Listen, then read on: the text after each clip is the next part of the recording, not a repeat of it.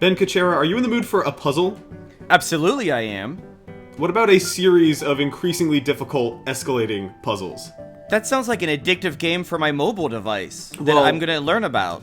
Ben, you're a shrewd one. That's exactly what I'm showing you here today. This is Twofold Inc. It's a new game coming to iOS and Google Play sometime next week, actually, next Thursday. And it is the thing that I'm obsessed with doing on my phone right now. I love having a game that I can just play while I listen to podcasts or whatever, and this is the perfect one of those. So basically how it works is, as you can kind of tell, you're matching these things, and you have to match all the colors in a thing. And what you're doing is you're filling these recipes. So see how in the corner I need 16 of the white ones?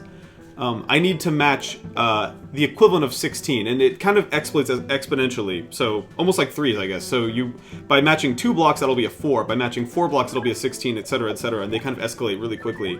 And the thing about it is you have to match all the ones that are touching. So see how they were kind of grayed out before, and now they're highlighted? That means that we've nailed all of them. So right now the recipe in this sort of tutorial thing is to get 8 white, 4 yellow, and 4 blue. And the way that you do that is not just by swiping them. You can also tap the sort of green arrows on the margins of the screen to slide blocks over. So it's sort of a mix of like a match 3 whatever game and a sliding block puzzle game, and almost like a cooking game in that you're fulfilling these recipes, these requests, all at the same time. But the result is just this game that once you get to the meat of it, the sort of infinitely recurring mode where the orders get harder and harder, you start to realize that there's a ton of depth here, and there's a ton of small things you can do to kind of optimize the board and think many, many moves in advance. Almost like threes. I keep mentioning threes because I think that was the last time an iOS puzzle game made me this obsessive. Like, this is the thing that I idly do when my thumbs aren't doing anything else. So here's my question. My favorite thing about threes and other mobile games that I get hooked on is the fact that I can play them while standing on the subway or whatever, holding my hand one-handed. Yes. With the movement and the swiping, is this something you can play one-handed, or do I need both hands fully engaged in this title? Because of the way it's like centered so small in the middle of the screen, you can absolutely do it one-handed. I think it kind of depends on your phone size and your hand size, right? So like I have an iPhone 6 Plus, so I can't do anything one-handed.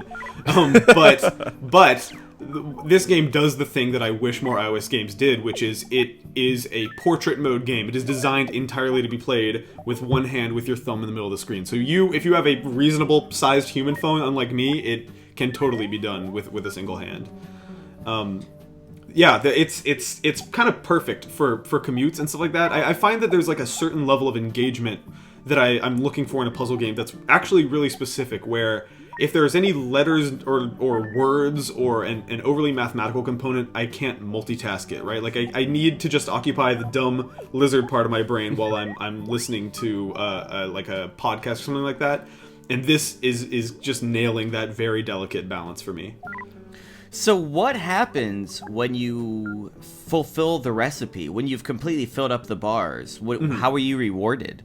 So how it works is, this is sort of still the tutorial, but how it works is you kind of are getting more and more recipes endlessly, and these green circles show you how many moves you have left on that particular recipe. If you fail to do it, you'll lose a life. You have those 4 green pips up there, those are your lives.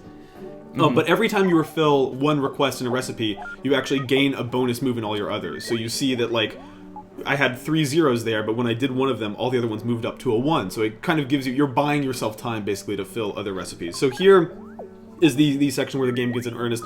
This is what your game board looks like. I've got 3 recipes here right now, so I'm going to clear, I guess, all 5 of these reds, and it spreads them out through all the orders. And you can see, like, the recipe on the right, I have 4 turns left to finish it. And this is early on, so it's pretty easy. And it's one of those games too where you really quickly start to feel like you're very good at it. Here's a big combo here. Got a 2048 right there. You start playing very fast very quickly, and it to me that is a kind of a symptom of a game that is kind of very, very well balanced, that you can kind of grok it that quickly and start taking it apart and getting to the meaty, good, puzzly center of it. It's been interesting seeing how quickly the board gets larger and how much that adds to the strategy of it. Like I didn't see the depth, and then it added like one by one, and then like, okay, great, like now this is an almost overwhelming board. it's pretty intense watching how quickly it gets up there. Yeah, for sure. Like that the stuff we were seeing earlier, to be clear, was all tutorial stuff. This is the game board in earnest, and the way it kind of escalates from here is that it's kind of locked at this size. There is a harder difficulty that I am way too scared to touch, but it's locked at this size, and the thing that escalates are the recipes. So very quickly you find yourself needing to fill an order of like 128 white blocks that you can either choose to do all at once or take it apart kind of in chunks. It's really, really compelling. I've always loved games like Cook Serve Delicious and Cooking Mama, where part of the challenge is sort of serving these multiple masters all at the same time, and seeing that incorporated into a pretty otherwise like traditional sliding block puzzle game it's just such a brilliant move, and it's something I'm totally obsessed with. There's also a little bit of hidden depth to it. Like, I don't know if this is a spoiler or not, but I played the game pretty extensively, like for a full weekend, before realizing that these blocks at the bottom of the screen are not just decorative. They're actually a gameplay element that they kind of keep hidden from you. You'll see that as I fill up, like for example, this big chunk of blue up in the corner here. Once I pop that off, and you kind of have to hit all of them for it to even work, all the extras go down to the bottom. And once they're down there, you can actually drag that extra stuff onto the game board. So if you're, for example, out of moves and you only have 1 life left, or you're about to die, you could keep that stuff you have in reserves like this, add it to the game board like I just did, and all of a sudden you can get it all at once. And that opens up so many possibility spaces that never even occurred to me. Like, for example, you end up in situations where, see how I've got this big chunk of blue on the right, and there's no possible way to connect them all in one move.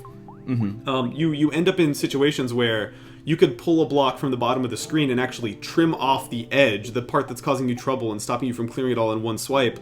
Almost like you're trimming like this puzzle bonsai tree and making these perfect shapes that can be swiped in one move. It's one of those games that just, the more I play of it, I feel like every session with it I come away from it twice as obsessed, and I'm totally in love with it. So the big question here is this a game I can pay for once and then own it, or is this something I have to pay for over and over and never own it and be constantly frustrated by it? That's a great question, Ben. This game is a regular video game that you buy and then it's yours, and then that's it for the rest of your life. It's coming out for, I think, $3.99 on iOS and Google Play, so it's on iOS and Android. It's coming out January 28th, which I believe is next Thursday. And yeah, just a very traditional model for buying and owning this game. Yeah, but that was a look at Twofold Inc. Coming very soon, and I can't stop playing it at all.